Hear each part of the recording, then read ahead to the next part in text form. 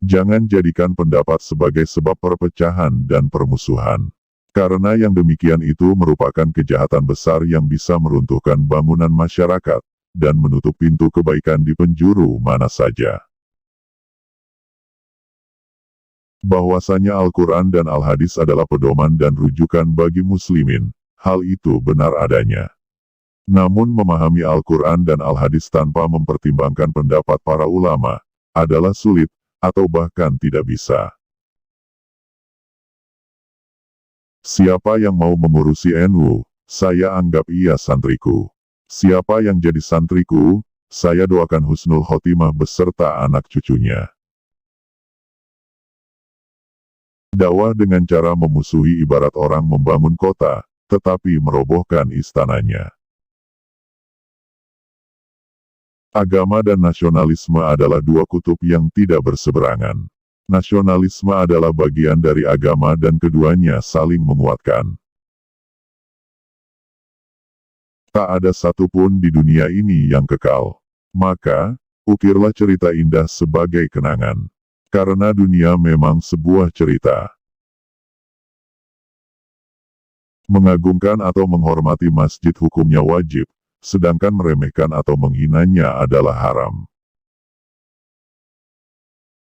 Hendaknya segera mempergunakan masa muda dan umurnya untuk memperoleh ilmu, tanpa terpedaya oleh rayuan, menunda-nunda, dan berangan-angan panjang, sebab setiap detik yang terlewatkan dari umur tidak akan tergantikan.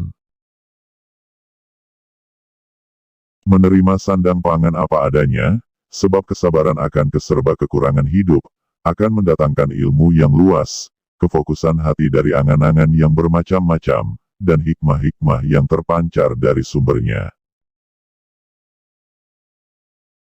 Pandai membagi waktu dan memanfaatkan sisa umur yang paling berharga itu. Makan dan minum sedikit. Kenyang hanya akan mencegah ibadah dan bikin badan berat untuk belajar. Bersikap wara, menjauhi perkara yang syubhat, tidak jelas, halal haramnya, dan berhati-hati dalam segala hal. Meninggalkan pergaulan, karena hal itu merupakan hal terpenting yang seyogyanya dilakukan pencari ilmu, terutama pergaulan dengan lain jenis, dan ketika pergaulan lebih banyak main-mainnya, dan tidak mendewasakan pikiran. Watak manusia itu seperti pencuri ulung, meniru perilaku orang lain dengan cepat, dan efek pergaulan adalah ketersia-siaan umur tanpa guna, dan hilang agama bila bergaul dengan orang yang bukan ahli agama.